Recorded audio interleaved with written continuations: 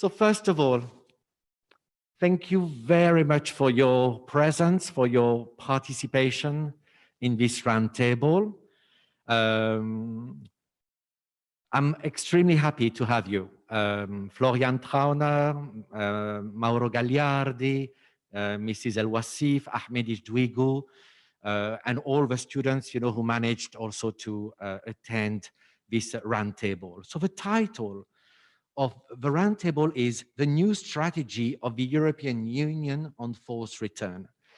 In the description of this roundtable, which is, I would like to underline, co-organized by 4 students, whom I'm going to name, Mr Tancrède BEAUCHAMPS, Afaf LAMKOUTAR, Gaye ONEN, and Michał WINIARSKI.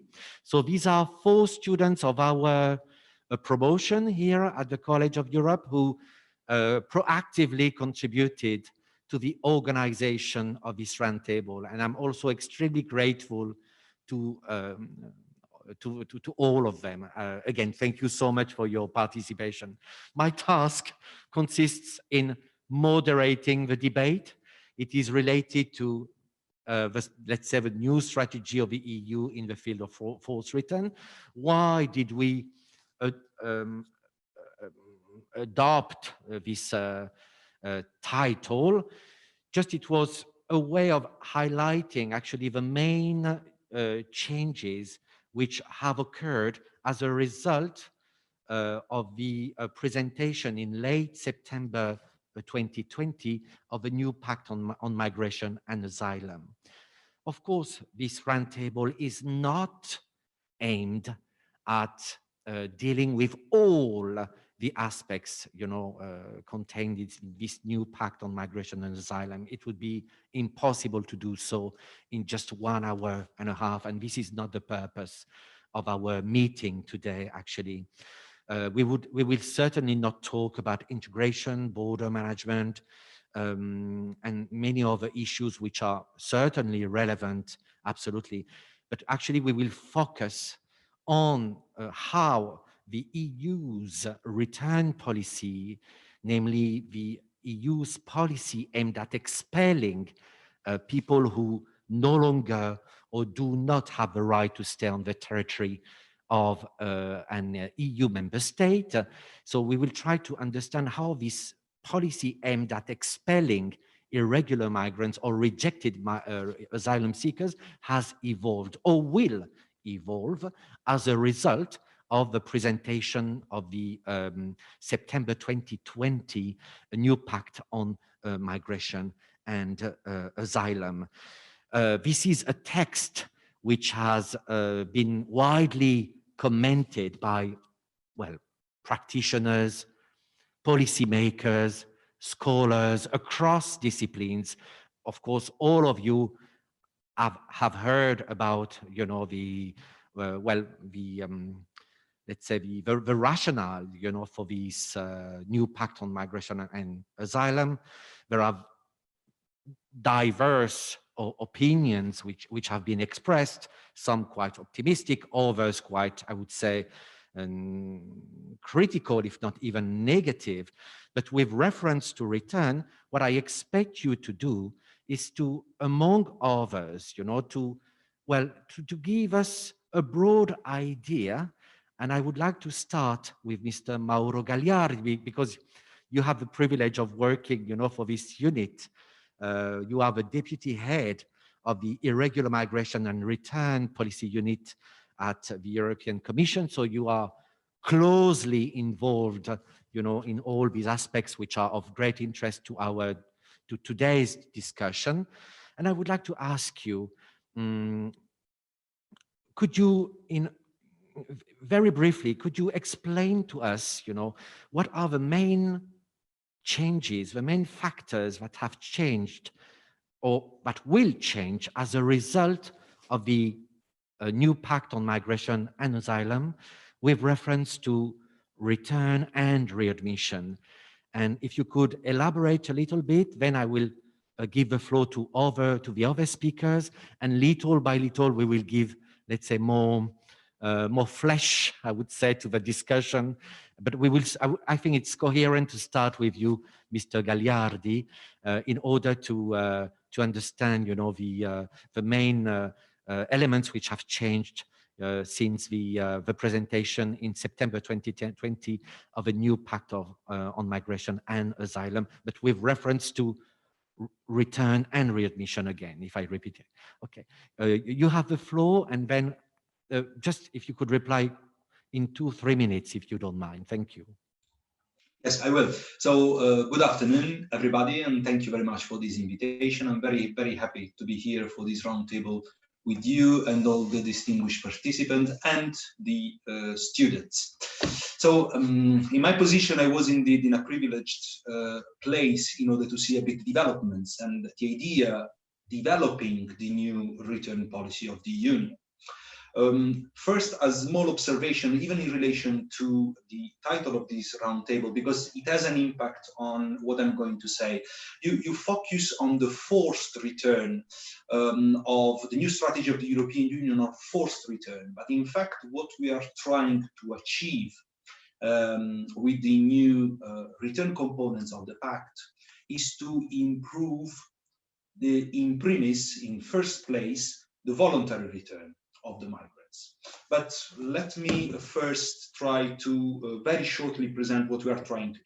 We are trying to put return of irregular migrants and rejected asylum seekers in the first place at the center of an integrated approach to migration and asylum.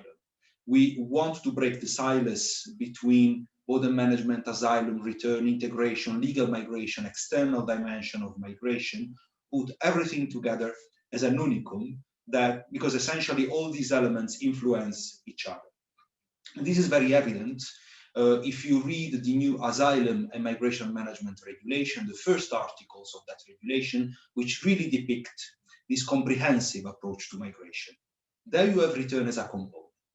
So we try to develop this component in the Pact and to little by little pave the way for the medium term to establish an EU common system for returns. Like you have the common European asylum system, the so-called SEAS, we would like to achieve also a common European system for return. These, broadly speaking, goes on two legs. The internal dimension of return, so what we do within the European Union in order to deal with rejected asylum seekers and irregular migrants, and the external dimension of return, which is how do we cooperate with their countries in order to facilitate their readmission in the country of origin, country of transit, whatever it is. In the internal dimension, then we develop certain pillars. The first pillar, the most obvious one, is the legal pillar. The legal pillar with the recast, the revision, the amendment of the existing instrument, which is the Return Directive, but also new rules that try to close the gaps between asylum and return procedures, which are included in the proposal called as Amended Asylum Procedure Regulation. Then we have a second pillar of the internal dimension, which is operational support. The operational support is essentially made of the role that Frontex can have based on its new mandate of the 2019 in the area of return in order to help member states better perform. And then we have the third pillar, which is quite new, is actually the main innovation, I would say, which is improving internal coordination and cooperation among the member states, which is something that we lack today. And in that context, we have announced the appointment of a return coordinator and a high-level network for return. But most importantly, we also have return sponsorship, which is a new concept that Mr. Trauner knows very well, that allows for cooperation of member states on return in a situation of migratory crisis. But I'm sure during the debate we can enter more into this concept of return sponsorship. And then to close, so that I'm not too long, there is of course the external dimension that I mentioned, the second leg. In that context, the Pact tries to better put readmission and external dimension in the context of overarching partnership on migration with key partner countries. So in the context of broader dialogues that take into account EU interest and third country interest, we want, let's say, to mainstream discussion also on readmission. Right. Being it done through agreements or arrangements, but we will enter into that later. Absolutely. Thank you, Mr. Gagliardi, because you, and it's fantastic because in a few minutes, actually, you addressed both the internal and external dimension. And I would like, if I may, take this opportunity to speak with, to mobilize, I would say, my colleague and friend, Florian TRAUNER, who works for the University Institute for European Studies at the Vrije University in Brussels, in Belgium.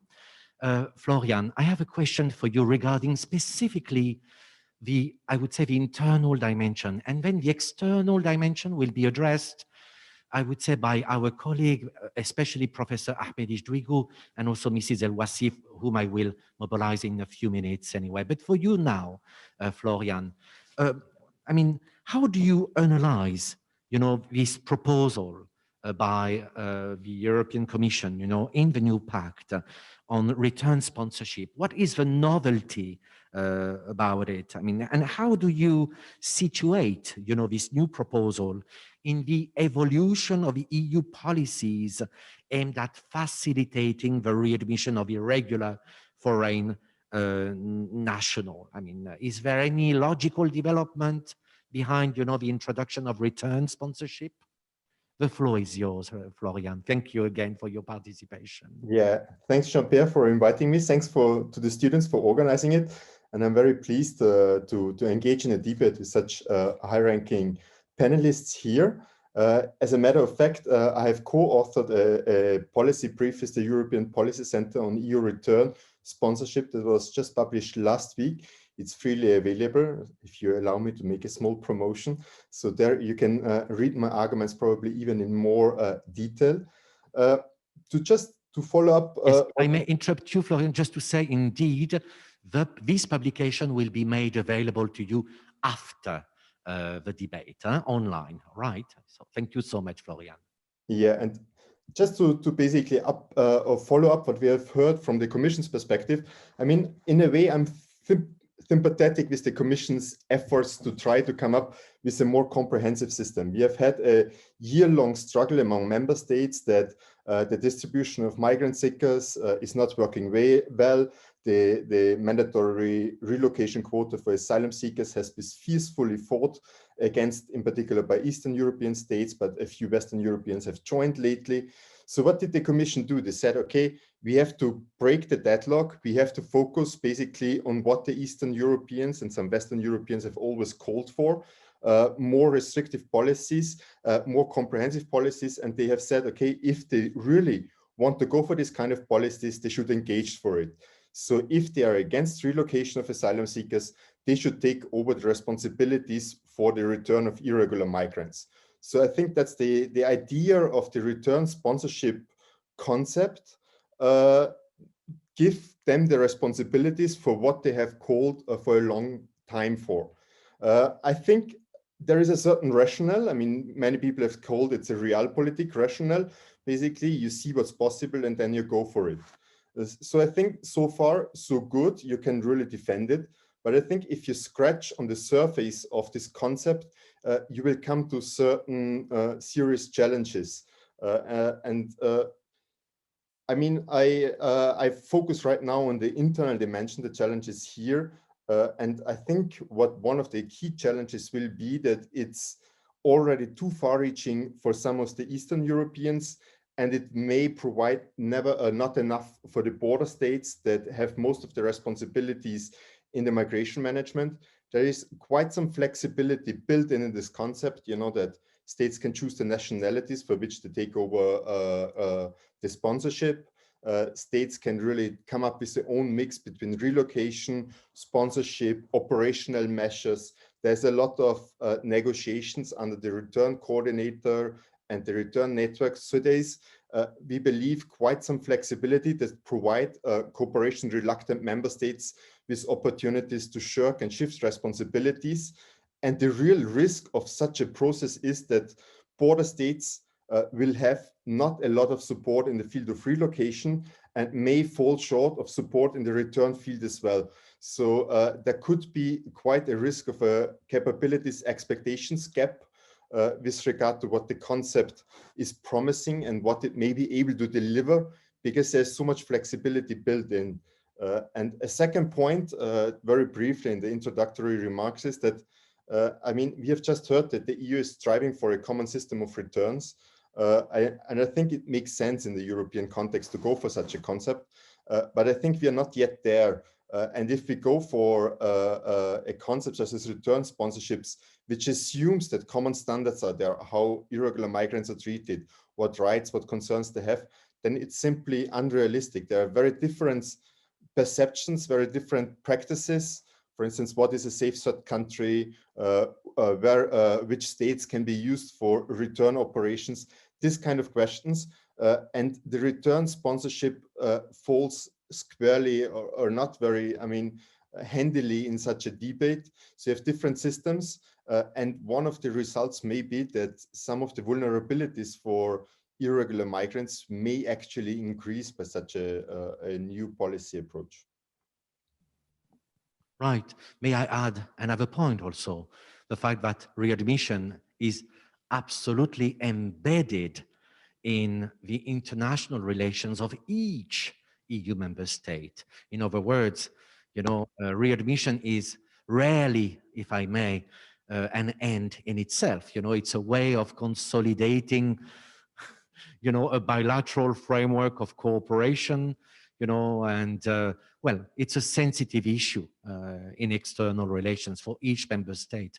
So indeed, the return sponsorship may raise a host of challenges, you know, for those EU member states, maybe who decide to sponsor another member state, you know, in the framework of a so-called return operation, anyway, or return sponsorship. Thank you so much, Florian, really. As usual, you hit the nail on the head, as we say. Huh? It's absolutely to the point.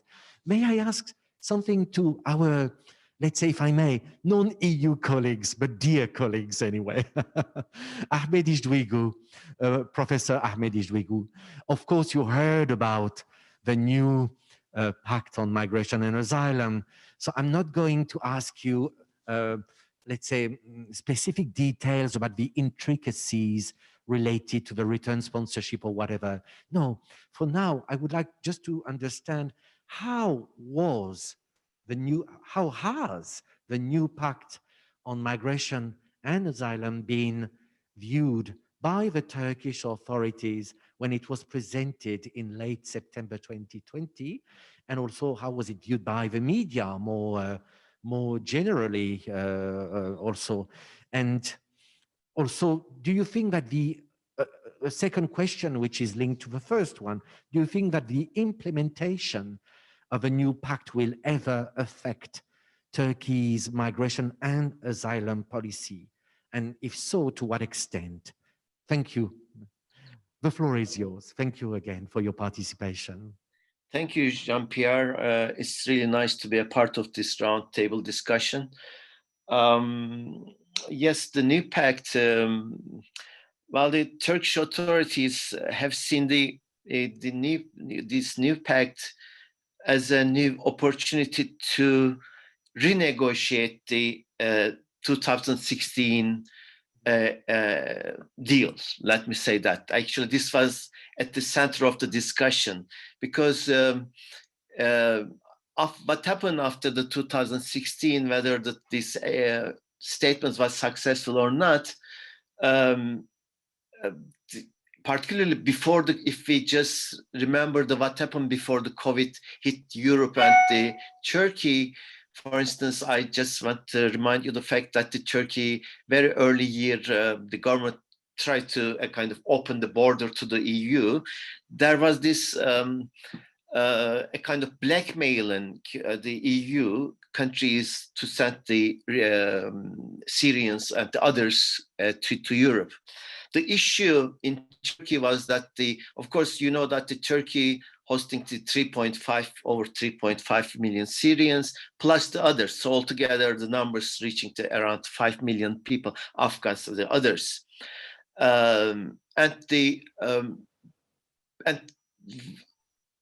the debate in Turkey was not so happy with the in terms of the result of the 2016 agreement, and because of several things actually, but we should not forget that the migration issue is always very high on the agenda of EU and Turkey, both for domestic political reasons and the foreign policy reasons. Almost two sides leveraging the issue or using the issue as a kind of leveraging tool, both for internal politics and their foreign politics between each other. So it's very hotly debated issue from both sides. And in relation to particularly the Syrians in the last couple of years, there's this debate of that, as you know, that Turkey is very much politically involved in Syria, and as it happens in other parts of the world, now the Turkish public showing reactions to the Syrians, and within that context, Turkish government, in fact, encouraging a kind of return program for Syrians to the northern Syria, trying to create a kind of safe zone there, and trying to get a kind of EU support for that. So actually, when I say that the new pact has been discussed in the circles of the Turkish authorities, actually they wanted to bring this issue of the return of the Syrians, and for that they need a kind of support of the European countries. But here, actually, I like to highlight some of the points which is relevant to what's already said. First thing is that now out of this question, what you ask, when we talk about the return of whom, actually we are talking about the return of the rejected asylum seekers, or we are talking about the return of the irregular migrants, or even the now return of the Syrians. Somehow they have the certain status either in Europe or Turkey. So I think that's important, that's having the distinction, particularly between the asylum seekers and the irregular migrants. In fact, when we look at this new pact, of course, we are not here discussing in this panel, but for instance, this kind of fast track issue comes to the picture. Just last things I like to make. Actually, again, my view on the issue is that when we discuss the return issue, we should be careful about the three elements on every type of return: return of asylum seekers, return of the irregulars, or return of the rejected asylum seekers. One is that the voluntariness. Actually, our colleague from the EU already mentioned that, but this is not enough. The other issue is the safety and security of the people, okay, when they return. And the third one is that the sustainability of the return. Probably in this discussion, I will bring this issue over and over, within the short period of time. If we cannot provide these three conditions, any return program will be questionable. Maybe I should stop here. Oh, thank you so much for having, put the emphasis on words. This is what I do in my courses with students. I think they can testify, absolutely, but the words are extremely important.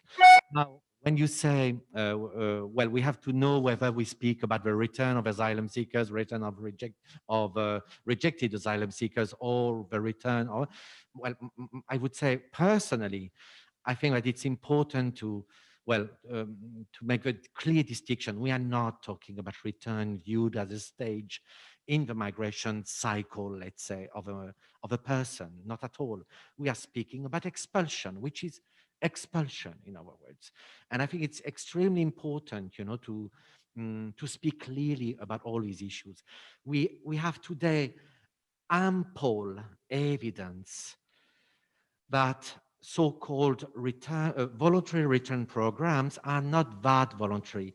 Even the Assembly the Parliamentary Assembly of the Council of Europe, voted a series of resolution, inviting the member states of the Council of Europe, to make sure that voluntary returns program are indeed voluntary.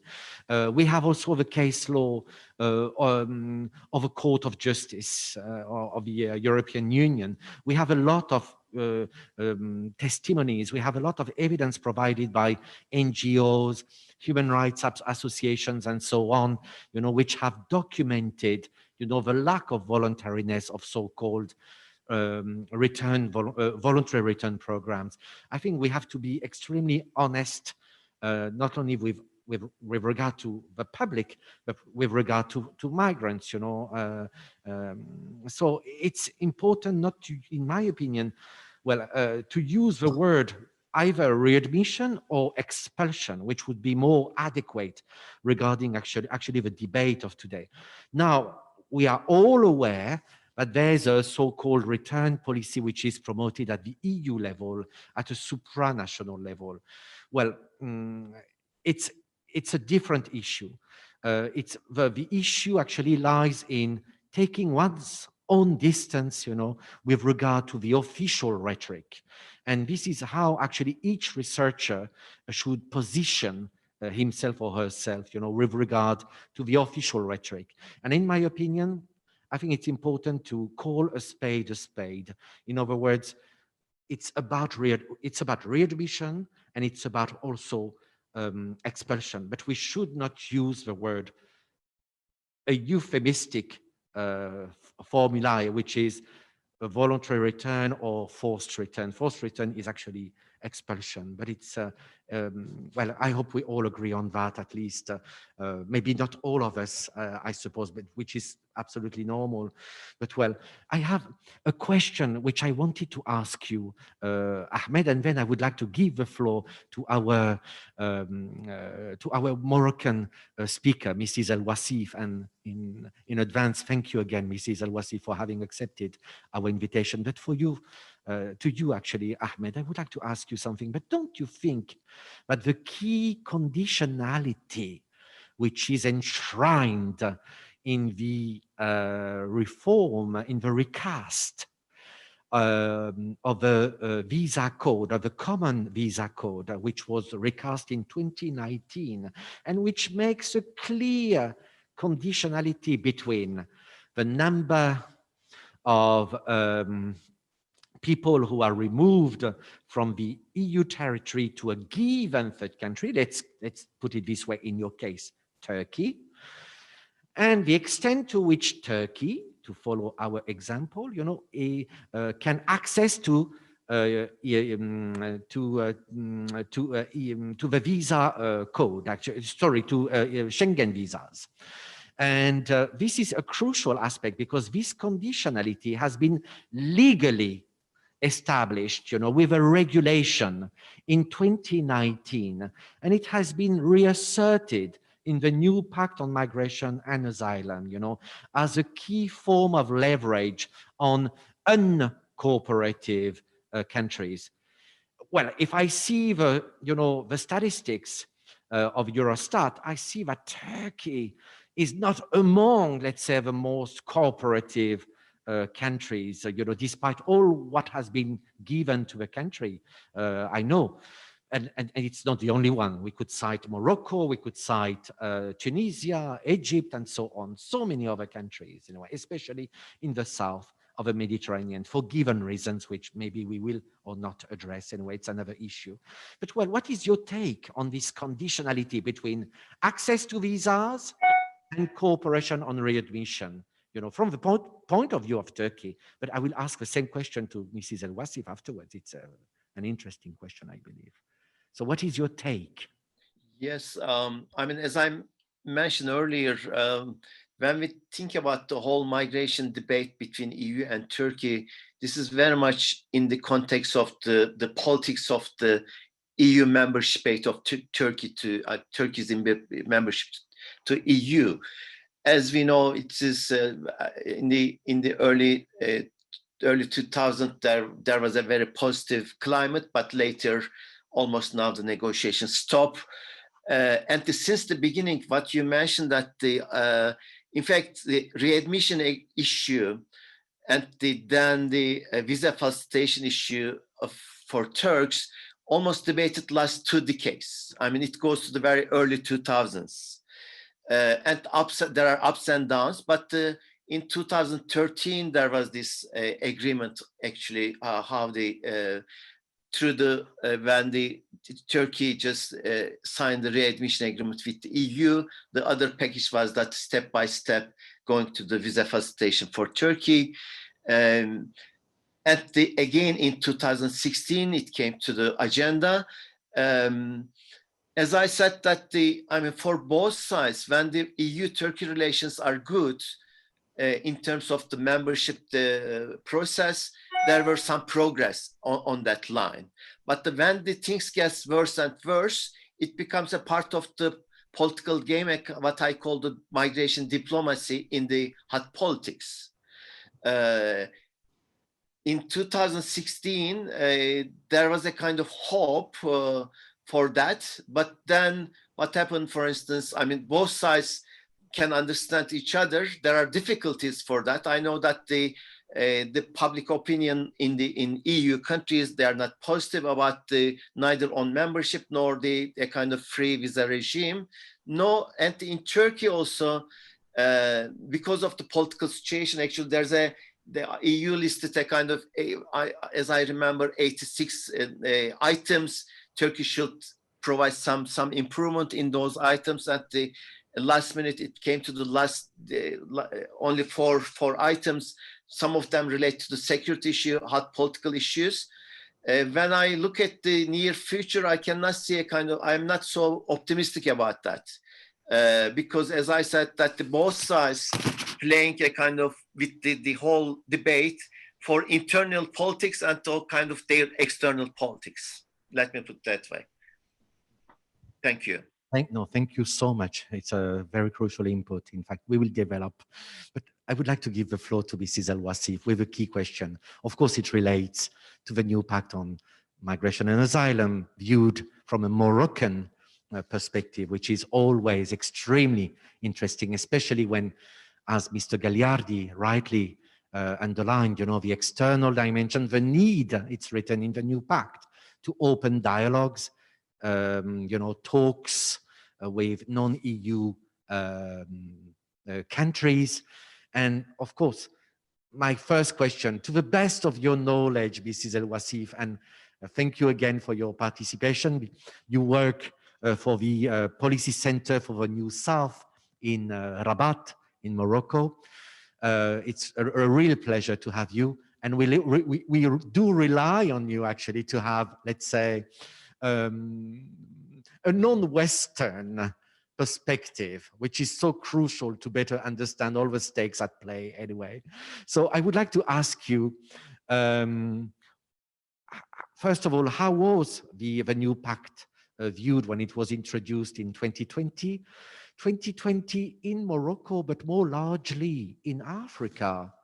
It's also the year in which, the African, the new strategy for migration in Africa was, let's say, launched by King Mohammed VI. He was delegated by the African Union, to define an African vision perspective on migration issues. It dates back to 2017, if I'm not mistaken. It took some years, to define this strategy in a very collegial manner at the level of the African continent under the leadership of King Mohammed VI. And now this document has been made public to the media. So we know, what it is more or less all about. It's very much contrasting compared with the EU vision or Western vision, which focuses a lot on expulsion, on security, but not only, I know, but anyway, we see a lot of conditionalities from a Western perspective, which are not at all present in the new well, in the new proposal, you know, which was put forward by King Mohammed VI on behalf of the African Union. So my question is very simple, you know. How was, you know, this new pact viewed from a Moroccan point of view? This is the first question that I would like to ask you. And the second vision, what is this this difference that, you know, Morocco is trying to make in international talks on migration? You know, it's a bit, each time we speak with Moroccan officials, you know, they are extremely insistent on development, on any other factors. So could you elaborate a little bit? What is the, if I may, the Moroccan touch, of also African touch, I would say, because Moroccan has the... Thank you for your participation again. Thank you. Thank you very much, Mr. Meunier, for already framing the question in such a very interesting way, because you have already spoken about the current pact and also the vision of Morocco and its ambition on the question of migration. And that's very interesting because to my knowledge, and I have been searching over the media and also interacting with people who I know from the field, there has not been an official Moroccan position on the European Pact on migration and asylum. And I think that the only reason behind that is that we and the Moroccan officials maybe just look at it as more of a pact that concerns the EU. And also when you look at its you know, like content, you have to actually go until page 17 to find the cooperation with you know, with third countries and what the EU is intending to do with these third countries. And unfortunately, and that's my own point of view, there has not been a novelty in this regard, because even when we talk about tailor-made approaches and you know, like integrative partnerships, it has already been kind of the speech from 2015 with all, you know, like tackling the root causes of migration, and in 2016 looking at comprehensive partnerships on the question of migration. And it's quite ironic, but I remember when the new code on the visas was issued in February 2019, I think that it has definitely had a lot more enthusiasm than the current, you know, pact on migration and asylum. So to go back to your second question, I think that Morocco has proved its voluntary and ambition to play a role on the question of migration. First of all, because there is a lack of leadership on the question at the African Union level. We have seen that African countries, because they are struggling with so many other issues on this side, they were not able to have one approach or one position on the question of migration. And I think that Morocco just emerged as a very logical, you know, like actor. I don't know if you can hear me because there's a little bit of noise. Is that you perfectly? I don't know the others, but I mean, we hear you very well here. okay? Go ahead. So the thing is that Morocco, because of its historical ties with so many European countries, and also because of the fact that the kind of the integration of the EU had, let's say, not a negative impact on the accessibility of some Moroccan citizens to Europe, but it has definitely impacted the mobility of Moroccan citizens. You know, like people before 1991, for example, before this Spain signed the Schengen agreement, they were just, you know, kind of used to go to do circular migration without needing the visa. But now when other, you know, like Southern European countries joined the EU, then the fact that they had to abide by the new rules has affected the Moroccan nationals and their ability to go to Europe. So traditionally and also geographically, Morocco is a logical actor to be interested on the question of migration. And also because this entire question has been stagnating for long years, for a lot of years. So Morocco just took the lead on the question of migration at the European Union, at the African Union level. And as you said, suggested the African agenda on migration and development. And this does not come from nothing, because Morocco has before developed the national strategy on migration and asylum. And that's a strategy that is intended to actually work on two aspects of the question. The security, because yes, it has to secure the borders, and it has to know who is transiting through Morocco and who is settling in Morocco, but also the humanitarian point of view. So Morocco became the first African, or at least North African country, to do the regularization of the administrative situations of irregular migrants in Morocco. And that was something that Morocco just intended to show that an African country can have a model on the question of migration. Of course, it's not perfect. It is maybe like far from being ideal, but it is still an attempt and an ambition. It has also hosted the Global Compact on Migration and Development in December 2018, which was co-organized also with Germany. So these are all attempts to show that a country like Morocco, an African country, can be a reliable partner both to European partners and to African countries, because there is a clear lack of leadership on the question. And some African countries are now understanding that this question is very crucial and is becoming very important and will be very important in the upcoming years.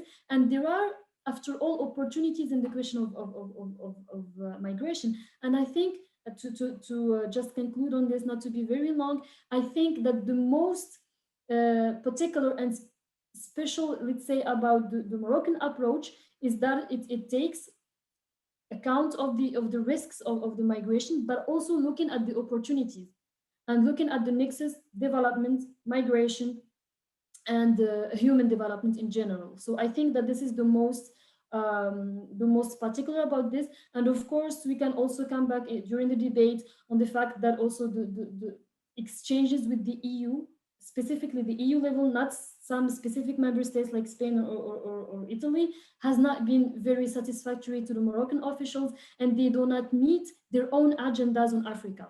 So there is a need to have and to display, like your own policy on the question to respond to your national policy and diplomacy needs. All right, thank you so much. I would like to open the debate, to our students, especially those, well, in the room. I would like to give a privilege to my heroes who are in the room anyway, but also in the online, of course. If you have any comments, please raise your hand. Otherwise, do you have any questions? Mihai, please. So I give you the, now you see Mihai WINIARSKI, please, the floor is yours. Yeah, thank you very much for your remarks. I would have a question to Professor TRAUNER. In your introduction, you mentioned that this new idea in the new pact, or the solution, is somehow the result that the Eastern European countries were heard, and they respond to their expectations. Well, I'm a bit hesitating because I was trying to follow at least news to see how my government will respond to this new pact. And in general, I just found only one statement, which was very neutral. So I didn't see any enthusiasm after showing this new pact. So in general, why do you think or assume that the Eastern European countries were heard? And let's say two sub-questions. Do you think that this assumption that during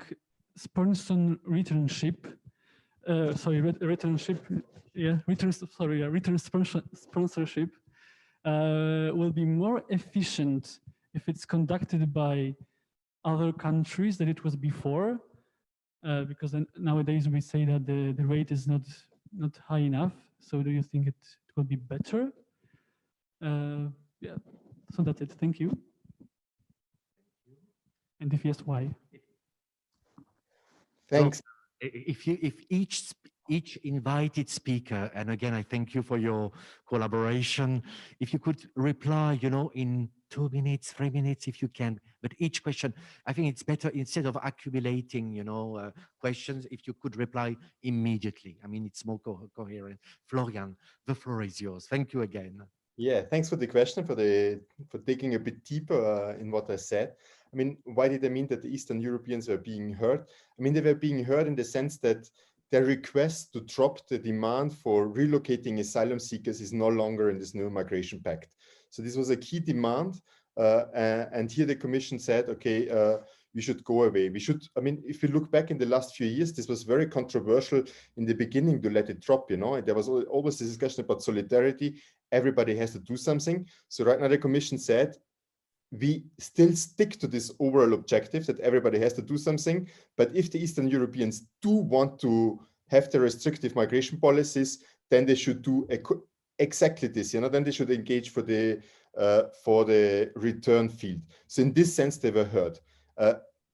What is happening right now is that the European Commission is in kind of an uncomfortable position because it's already, I mean, even if they were heard, it's too much for the Eastern Europeans for many. We have heard it in the first comments that any form of relocation is not acceptable. And in a way, you know, this return sponsorship can be framed as relocations through the back door.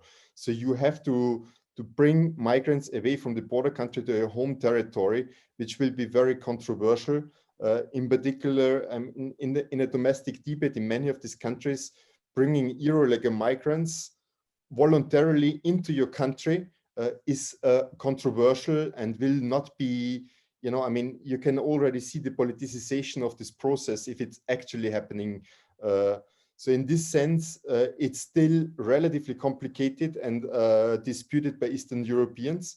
And on the other side, we have already seen right now, yesterday there was an article in the EU Observer that the southern member states, they asked that this 8 months time period in which irregular migrants, people to be returned, should remain in the border states, has to be reduced to 6 months. Some speak of 4 months as the standard. So here you can see that they ask quicker help, they ask quicker support, and so this I think are the kind of the two standpoints that we see in the negotiations. The Eastern Europeans tend to get rid of this obligation entirely, and the southern member states, they want to have a transfer of irregular migrants away from the country very quickly, and that's where it's happening. I think sooner or later, I mean, it's the issue, you know, of how to share responsibilities for, in particular, border states will be very crucial. And I mean, it's my modest opinion, but I think that in some form of, you know, bringing migrants physically out of this country, it will be impossible to do it. So I think that's what also is important right now in the negotiation, in the institutional negotiations, to make these demands tangible, in particular also for relocation of asylum seekers. So in order to avoid this situation, the border states are completely overburdened. And then the second question, why will it be more efficient if they do it together? If I remember well, was it this question, or if they engage? I mean, the idea is simply, I mean, I think, but I mean, we can have then the Commission's perspective directly there, but the idea is that you bundle forces, you avoid secondary movement within the European Union, you have a much stronger engagement of Frontex, which is becoming a kind of a return agency, you have a harmonization of standards. With all those different elements, you may actually be more efficient in terms of actual returns. But I mean, here we have two other panelists here. The big unknown is the behavior of third countries. If they do play along in this whole thing, I mean, what the Europeans are doing is one thing. How third countries will react to it is a very big other thing. I stop here, I think. Absolutely. Absolutely. We tend all too often, you know, from our perspective in Europe, you know, to believe that, well, non-EU countries will adhere to a script already written for them, you know, and that's it. Whereas, you know, this, if I may, this return sponsorship mechanism may raise a host of issues in diplomatic relations. For example, I mean, if, you know, France accepts to sponsor, you know, an Algerian who is in Croatia, of course, the Algerian authorities will have to understand from their point of view, you know, why we should deliver a travel document, a laissez-passer, to this Algerian located in Croatia, and which consular authorities will be involved in the delivery of the laissez-passer. I mean, this is a basic practical problem, you know, from a diplomatic point of view, but it's extremely important also from a non-EU perspective, I suppose, at least. And there are many other issues which will be which will have to be addressed at a certain stage, among others. Do you have other questions? Please raise your hand. Yes, Gaye, please. Gaye ONEN.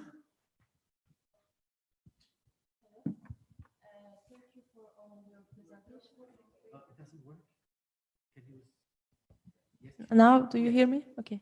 Thank you for your presentation. I have a question addressed to Professor İçDUYGU. And I was wondering, given the fact that the new pact gives further operational competences to Frontex, Agent Frontex, and I was wondering how it will affect the cooperation between Turkey and Frontex, and to what extent actually this pact will change or affect this cooperation. Thank you. Well, thank you for this question. Well, your question specifically focused on the Frontex, the cooperation through the Frontex. I think the larger context of how the EU authorities and Turkey will negotiate because now, as I understand, last couple of weeks, both sides giving the sign of they will again renegotiate the 2016 statement somehow. In fact, even yesterday there were some meetings. So really, it depends on how the negotiations will go. As already mentioned, I'm repeating myself, but both sides using the issues for leveraging their political positions. And Turkey expects more on the, actually there's a trust issue also between these two actors. I think before solving these trust issues and just being a kind of genuine on the certain practical issues, really I cannot pinpoint that what will happen in the context of new Frontex operations and the cooperation of Turkey in that sense. The important thing is that they kind of, at the high political level first, both sides should take kind of agreement to cooperate. Now, there are so many obstacles on that, particularly as I mentioned that somehow Turkish authorities feel a bit bitter. Probably other sides also having some trust problems too. Thank you. Please, Afaf, please. Afaf LAMKOUTAR. Tfadal. Thank you very much to all our speakers. I don't know, maybe you have to switch it on, I don't know. Yes, maybe you should leave, yeah. Amal, please.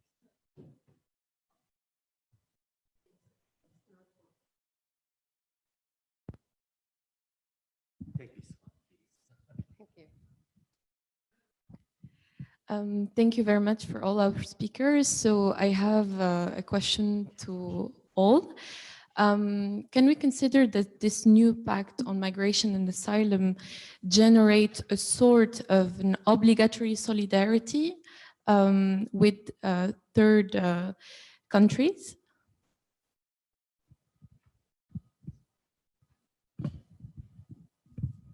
And this is addressed to all speakers. To all the speakers. Can we, I don't know, one of you, may I ask Mauro Gagliardi, if I may, if you can reply. Of course. I mean, the purpose of the pact probably is very important for you to understand it. You have to understand what is the context in which the pact was developed. The pact was developed after a long stalemate in the negotiations on the reform of the Dublin system, essentially. And the fact that member states were, or at least part of them, were not very keen on showing solidarity among each other, in particular in the form of relocation, in the way in which Professor Trauner already explained, so I don't need to repeat it again. Let's face it, negotiations were completely staled There was no way out. And the new pact tries to develop a new approach that needs to put the solidarity element in discussion again, to try to open up, as it was explained very clearly before, to the requests of the most reticent member states to show solidarity, therefore opening up to other possibilities, among which return sponsorship or other forms of solidarity that are also explained in the pact, and try to see if this can advance. Now, since member states have shown little interest in addressing only the asylum component, and since, let's face it, a very large majority of the asylum seekers in the EU at the end see their application rejected, there was a clear political call for reinforcing also the return component, the border management component, and the prevention of irregular migration component. That's why you have these comprehensive approach, whatever you want to call it. True, it's a bit of a repetition sometimes in the way in which we have communicated it in the past, but really this is the intention behind. So solidarity, to come to the point, honestly, the main focus of solidarity is internal solidarity, solidarity within the EU, solidarity among member states, try to see how we can solve the issue. There is an element, of course, of cooperation. I will not push it to call it solidarity, honestly, but of cooperation, of better cooperation with third countries. Then it depends on the context we are talking about, but clearly there is this need to better cooperate with third countries, because we realize that if we want to curb irregular arrivals, if we want to reduce the risks of smuggling, and honestly, this is a very strong, it's a bit rhetoric, but it's a very strong preoccupation of the Commission, also to reduce the loss of life in the Mediterranean, we do need the help of the third countries and cooperate with them. But when we talk about solidarity in the sense that we have it in the Pact, is mostly between the member states. And it comes from the political history, let's say, that I described.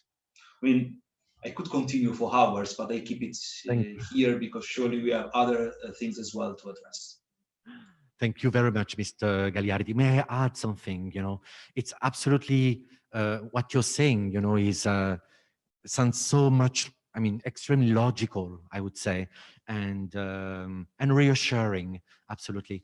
But when we look at, you know, the conditionalities, very often, you know, we have some, I would say, we have some doubts, you know, regarding the, let's say, the extent to which these good intentions, you know, will be translated in, let's say, in effective and concrete results, you know.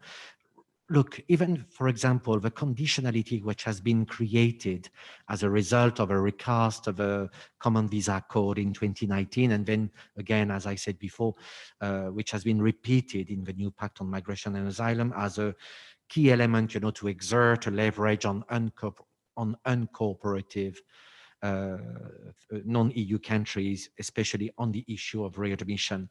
I mean, how can you ensure a good spirit of cooperation when you act through conditionalities, one?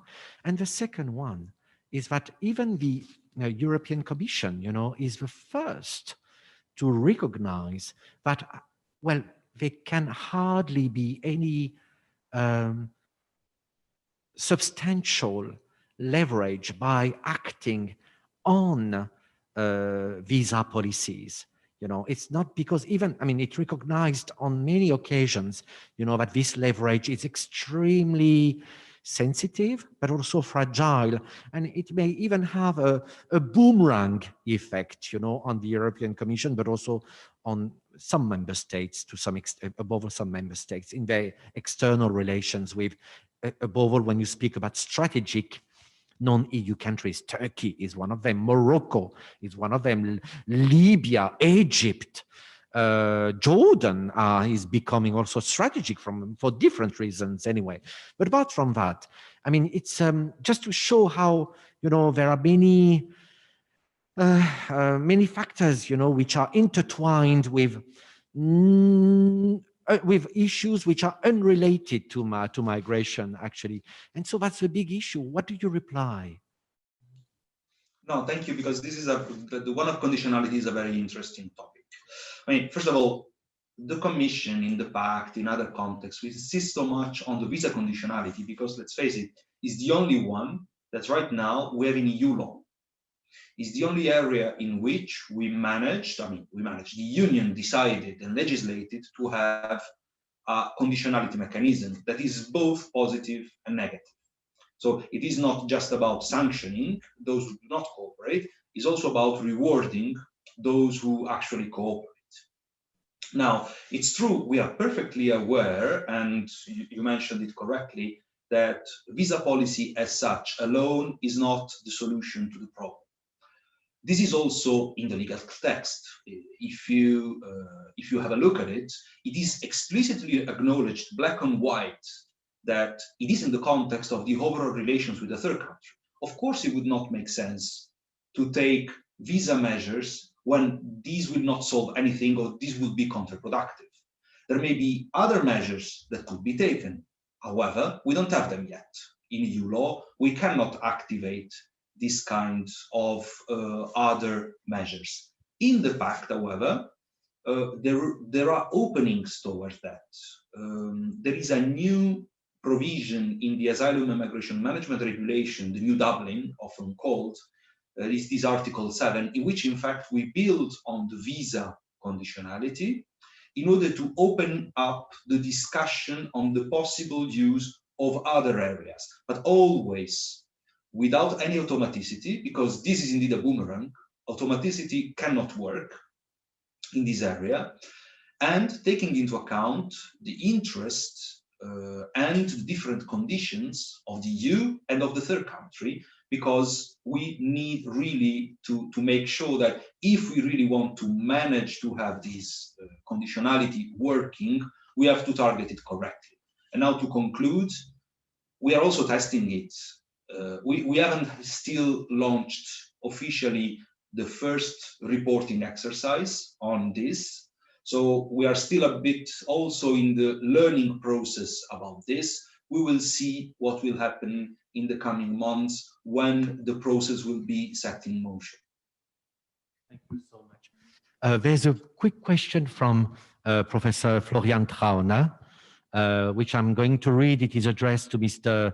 GAGLIARDI. How is the negotiation evolving, and are you optimistic of breakthroughs in the new future? You mean negotiations on with non-EU countries, I suppose, right, Florian? No, it was actually in the negotiations within Europe on the new pact, you know, between the states and with the parliament. Thank you, Florian. Reply, Mr. GAGLIARDI, and then we give the floor to our... I guess we are speaking under Chatham House rules or equivalent. Listen, the negotiations on the Pact are advancing less rapidly than the Commission hoped for. I mean, I would be lying if I would say that what Mr. Trauner said before concerning the reaction of, for instance, certain member states on the idea of sponsorship and consequently of solidarity is fake. It's true. Somehow they asked for solidarity for return because they asked for it in the past. But then we're presented with the solidarity in the area of return. They essentially don't like it. And well, I can mention Hungary because Hungary publicly said it already several times through their minister. This is the situation. So with the parliament, the discussion has just started. So it's a bit more difficult to say. I would expect the parliament, like for the previous pact or policy framework, to definitively go quicker than the council. But then we hope for a breakthrough in 2021, but we also rely a lot on the skills and capacities of the Portuguese presidency for that. Thank you so much. Tancrède BEAUCHAMPS would like to ask a question. Please take the mic. Thank you. Good afternoon. Thank you very much for your interventions. My apologies to the other speakers. My question is again for Mr. GAGLIARDI. You have already evoked the tractations which happened within the EU and which actors and what the aim of the pact was to end this stalemate between certain member states. Regarding the decision-making process of the pact, what influence did external actors have, third countries, multilateral regional organization, etc.? Could you elaborate a bit on this? Thank you. Yes, I will be short on this. The pact was heavily discussed by Commissioner Johansson and by Vice President Skinas. First of all, with the Parliament and key representatives, of course, of the key political groups of the Parliament and the member states, in order indeed to try to see what kind of solidarity could possibly work among the member states. There were, on the part of these very intense, and I can assure you, very intense consultations, also key international organizations like UNHCR, IOM, and other very important actors in the field of migration were also involved. I am personally not aware of any consultation with third countries. But I must say that from experience, this is not as such surprising. It's internal union politics. We don't pre-consult as a rule with third countries. Nonetheless, the interests that third countries may have in the area, I don't know, of development, humanitarian aid, or other aspects are taken into account through also the involvement of the high-level representative, of course, and his staff, the External Action Service, and the delegations that were surely involved and informed about the development of the pact and could, in this way, input on the needs of third countries. Thank you so much. There's a question from Amir Al-Masaiti, and then another one from Amel Hammami. Faddal, please. Thank you very much. To the same speaker as well. No, because you mentioned earlier something that caught my attention. You said the mainstreaming of readmission. And I was wondering if this new pact, because we're all seeing that it's, you know, facing sort of challenges left and right, internally and externally. Is it some sort of pilot project to kind of normalize readmission on an EU level? You know, starting the conversation on it, or is the Commission and itself intending to really push through for this pact so that, you know, there's consensus and agreement on it? Thank you. Somehow we are trying to break a taboo with certain third countries, not with all of them, and try to make them understand in the context of a cooperative attitude that as we need to talk about visa, and we are willing to talk about visa and visa access, but in some cases even visa liberalization, as we're willing to talk about improving trade cooperation, as we're willing to talk about many other things, development aid and so on and so forth, we're also willing to more seriously talking about return, and that we do want to see them commit more in that area in order to be able to cooperate better. So this is a short answer because I don't want to monopolize the panel, but yes, there is this intention to normalize discussions on readmission with third countries and de-escalate the tensions in that respect. Thank you so much. Amel Hammami, Fadal, please. So my question is to all of our speakers. I want to ask if we can today talk about an effective return policy or policies, knowing that a lot, or let's say some migrants, either forced returnees or voluntary ones, they find themselves forced to migrate again because in their home countries or in their countries, they are not able to live or to stay safely and indignity. So they will be faced by the same reason, and in a kind of vicious circle, they will be again to the European Union, and they will be faced by the same policies. Could you say that these policies are effective or efficient enough? That's a tricky question, because it's maybe too large, if I may, you know, but especially the reference to effectiveness, you know, which is so tricky to understand. But maybe our colleagues, Ahmed İçDUYGU, if you have a reply, please, or Mrs. OUASSIF. Yeah. I would also like to ask you other questions later, but please, Ahmed, please. Probably again, I will refer to the, I already pointed out the 3 conditions for a kind of healthy and a kind of working return program. One, I mentioned that the voluntariness. Second is the safety or security, and third is the sustainability. In fact, your question refers to also sustainability issue. What you mentioned that, okay, you return the persons, but again, they can move back. So issue is that really, again, I mean, of course, how measuring the voluntariness is also a kind of debatable issue. Second, probably there's no mention actually of the security issues or the safety of the migrants or the refugees, whether rejected or in different status. But I think the last point, sustainability, is very important. That for the sustainability, really what we expect that the conditions in the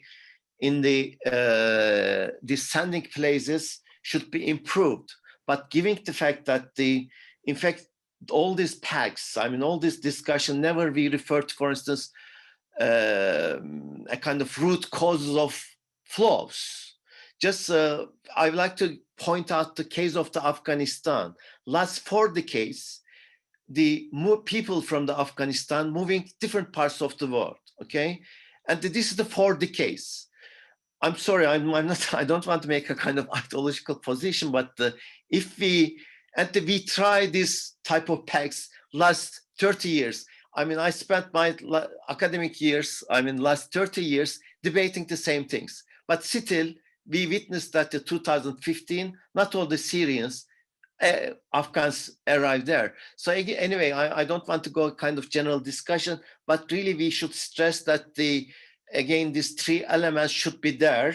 There are some references when I look at this pact, but this should be really clearly set in a program. I will stop here. Thank you. So much. Mrs. OUASSIF, would you like to say something also in this regard? Sure. So with regard to the sustainability and effectiveness of readmission agreements, I mean, these kind of agreements are more of a security point of view, and they are, let's say, just to tackle something that happens, you know, on the state. But of course, as Mr. Ahmed has just mentioned, it's about root causes of migration. And if I might speak about my region, which is Africa, a lot of Africans and a lot of African leaders look at the question of migration as being a symptom and not a problem. It is a symptom of so many structural ongoing struggles in Africa, a lack of development, lack of structural development, lack of equalities, lack of good social policies. And that's something I also wanted to mention, because one of the papers that we wrote for the T20, which was about actually how something as may appear as, you know, not, I mean, I don't know how to put it, but like as simple as having adequate social policies for workers can impact their decision to migrate illegally. So it's a whole set of factors that are intervening there, and readmission is definitely not something that's tackling these things, because this is just a symptom and not the real problem. So, Jean-Pierre, can I also say a word? Please go, please. No, I just wanted to say that there are a kind of interesting and diverse debates going on in the academic and the policy communities. So in the academic community, you have some quite interesting research. Lisa Schuster, for instance, she did research with returnees in Afghanistan and they interviewed them. And many of the results are that people are indeed, you know, keen to go back to Europe once they are returned. So they question very much this concept of efficiency.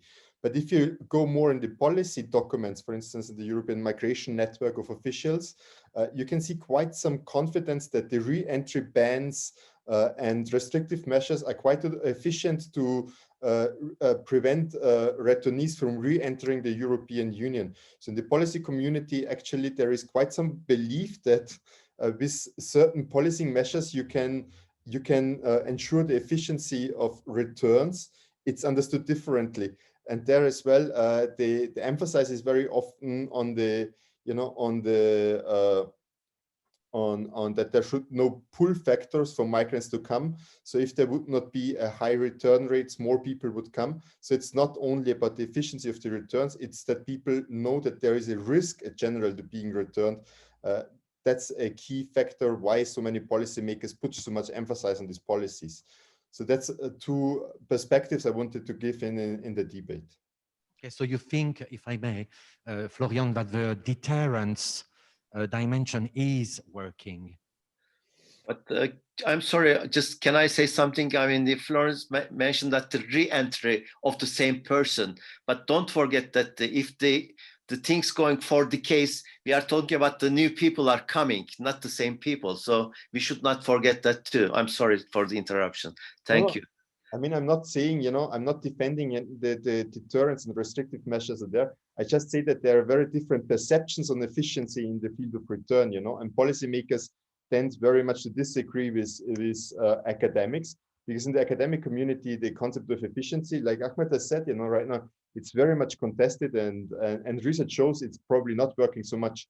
But if you read the documents of policymakers, then you can see that this is contested as well. That's what I wanted to say. Probably, well, maybe from the point of view of the Yemen, I read the paper co-written by Lisa Schuster and Nassim Majdi on Afghanistan. But if I remember the article well, I remember that they denounce actually the incoherence of all these measures, saying that these are desperate people, and whether you like it or not, they will be back anyway. And this is what they try to demonstrate in my memory of this article anyway. So I may just add one word on the sustainability, because it's indeed a very important subject. And I agree that the re-entry ban is just short-sighted. It's not something that really can solve the issue, if we want to say so, in the long term. This is why we are more and more investing on the reintegration. And we will come up also specifically with a policy on the reintegration of migrants who are coming back to their country of origin. Focusing, and then I close, on 2 points. Not only personal reintegration, which is of course very important, but community reintegration. So how a migrant coming back to his country of origin can reintegrate into the society, and how the community in which he will be living again can actually profit from that reintegration. And that we hope can help long-term sustainability of returnees, so they can have a prospect also in their country of origin. But of course, the issue is much wider than that. That's clear. Yes, okay, but we know already that all this depends on the political willingness of countries of origin. I think we all agree on that. No? For reintegration, once they return, but the readmission, yes, depends a lot on the third country. But the reintegration and the project for that not necessarily depends more on us and our availability to invest on that. No, otherwise you will constantly rely on, EU-funded programs of reintegration, which have no, how would I say, no grasp, with the institutional reality of countries of origin. And this is the objective. It's not just for token. It should not be temporary. It should be something which is institutionally rooted in the landscape, let's say, of the country of origin, but in a very sensitive manner. In other words, responding to the priorities and the challenges, of a country of origin. Also, not only the country which is the expelling state, let's say. Of course, we all agree on that. I have so many questions personally, but do you have other questions to, if not, no other questions? I have a questions to my non-EU fellows, if I may. I like to call you this way, which is anyway. So to Professor Ahmet İçDUYGU and of course Mrs. Amal El-Wassif, viewed from, I mean, your country again. I mean, how, in your opinion, has, well, the importance that the EU has gained since over the last 20 years, since the entry into force of the Treaty of Amsterdam in 1999, the sharing of competencies, the external dimension, etc. So the EU has gained momentum, in the external relations, in the interaction with Turkey, with Morocco, in your case, in your specific case studies, okay? So I would like to ask you, how do you perceive, how do you deal with this hybrid system, where you have a supranational actor, which is called the EU, or even later the European External Action Service, okay, and also the European Commission, etc. I mean, all the institutions, the supranational bodies, let's say, and the bilateral interaction which you have historically always had with your neighboring countries, Greece, Germany, or France, or Spain, or and you name it. So how do you deal with this? How do you think, how easy is it to deal with this hybridity? Because we are a funny animal, come on. We are not the United States, and we know that, although sometimes we tend to behave as a federation, but I mean, we are not anyway. It's a union of countries. Okay, so this hybrid system, is it easy to handle from your point of view? In the field of migration issues, I mean, of course. Just an opinion. I know it's a tricky question, but feel free to reply with your heart, I would say. Can I come in? Okay. Well, yes, when we look at, of course, we are talking about kind of asymmetric relationship. I mean, there are different powerful game players here within the EU, and the EU as itself, a kind of supranational entity. Within the EU also there are different member states, and you also mentioned that the neighboring countries. This becomes a kind of really game, how to set the game on different issues. For instance, I will give a kind of concrete example. When the Turkey-EU membership is going a kind of positive direction, on the one hand, EU wanted a kind of blacklisting of some of the neighboring countries in terms of the visa listing. But Turkey, of course, was reluctant because Turkey has its own visa regime with the neighboring countries and the African countries or Asian countries. So this becomes really a kind of power game. And also when we getting the example of the 2015 and 16, for instance, Turkey in generally kind of I should say at this leadership level had a kind of good relationship with Germany, for instance, at that time. And Germany was leading the whole debate in Europe. I'm talking about in 2015 and 16. So that helped that, for instance, actually Germany led that agreement somehow, playing a kind of role. So this becomes a kind of really a kind of issue of what I called again the migration diplomacy. Certainly, time to time it plays positively for the different members. Some time to time, of course, it may play a kind of negative consequences for the different actors in the field. this was a good question. It should be a kind of good research area. Thank you. Absolutely. Mrs. OUASSIF, but pardon. Yes, I thank you very much for the question. Specifically, that as a very good and faithful ex-student of the College of Europe, my first thesis was actually on comparing the process and also the incentives that was given to a country like Morocco from the southern neighborhood, countries, and a country like Moldova. And this study has just shown how the EU as a body and as an institution can has a kind of two-level speech, like with the Moldova, for example, and other countries from the eastern neighborhood, they were able to negotiate for themselves even a visa-free regime with the EU.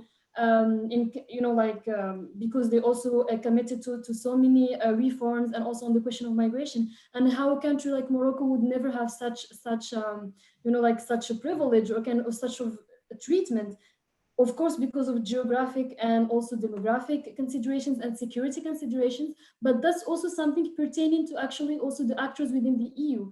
For example, countries like Spain, whenever you speak to them with regard to the cooperation with Morocco, they would rather say that they are satisfied, because there is no direct admission agreements with regard to third nationals transiting from Morocco, but there is some of bilateral, agreements with Spain, between Morocco and Spain, which has kind of similar effect.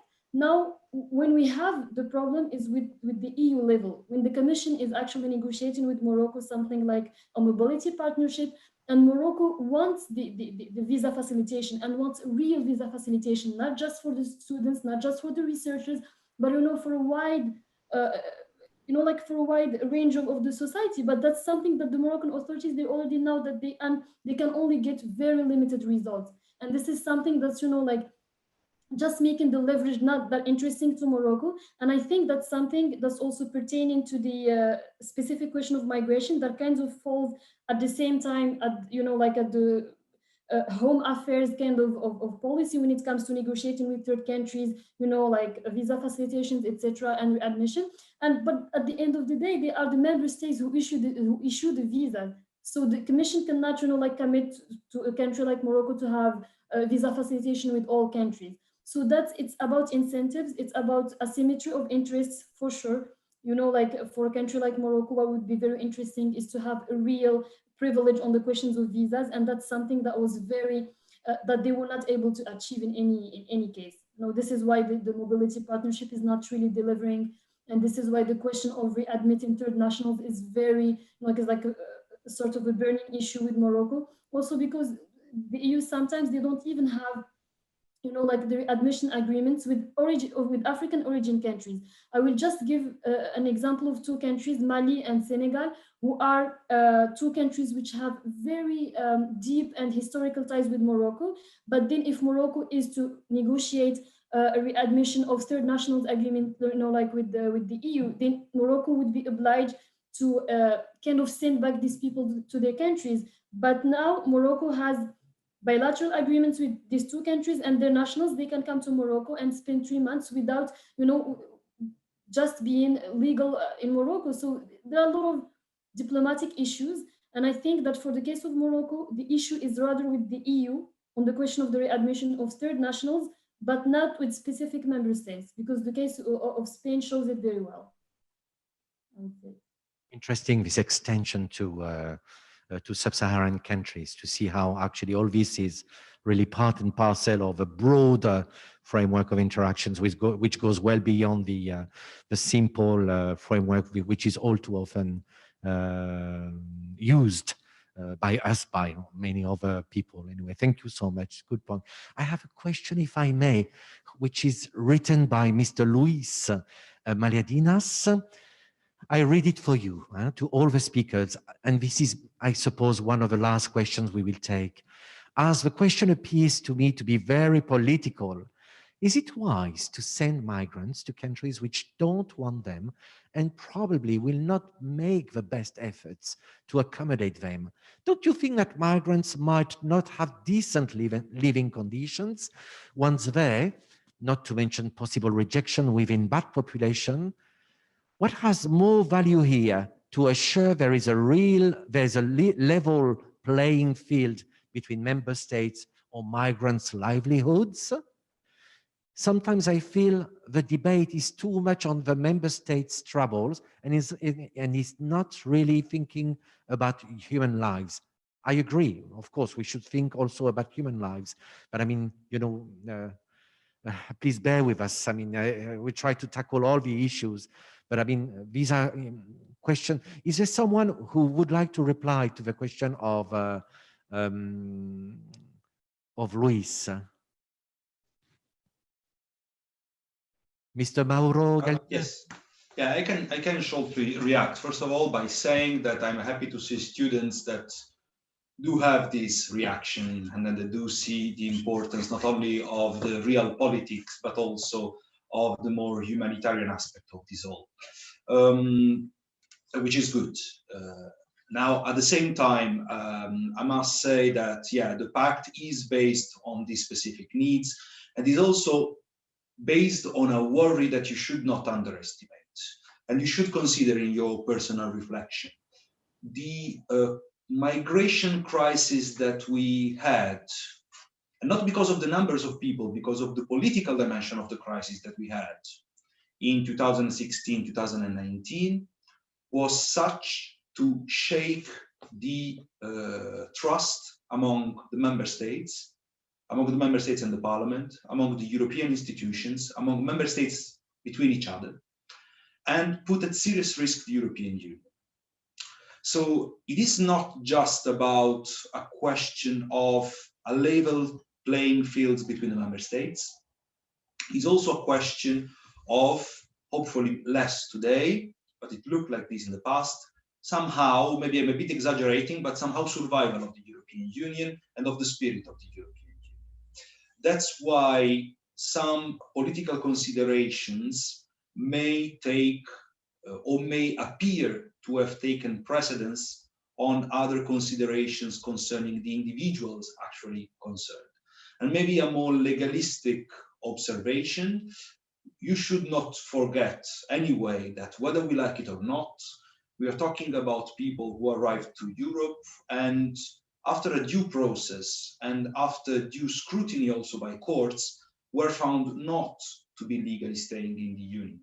And it is also a question of fairness towards those who are actually entitled, for instance, to protection, or those that went through a process that led to the legal admission and legal migration to the Union, that we also need to be serious on irregular migration. Nobody's talking about 100% returns, so of everybody who is irregularly staying, but there is also a fairness to be put in the system in order to make it sustainable, credible. Otherwise, we risk going back to the very, very serious political crisis of the years 2016, 2018, 19.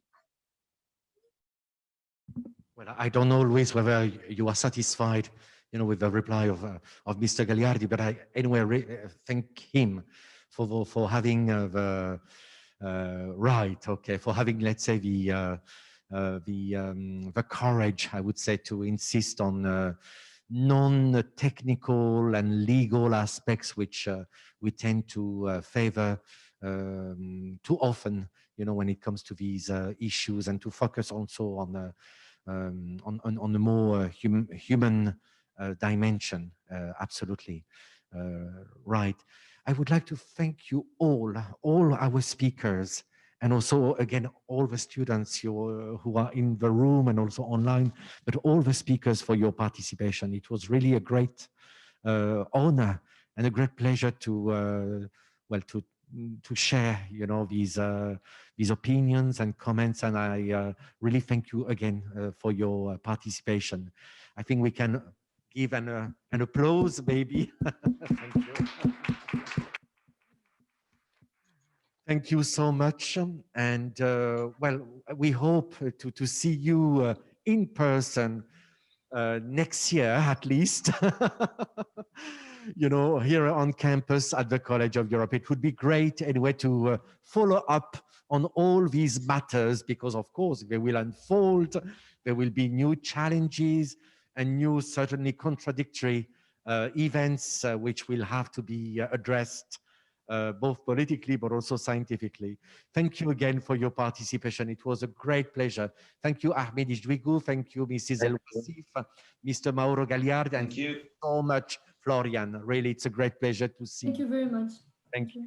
and good luck to the students for their studies. Absolutely. Again, Tancrède, Gaye, Afaf, Mihai, really thank you so much for this. Bye-bye. Bye. Thank you. Thank you. you.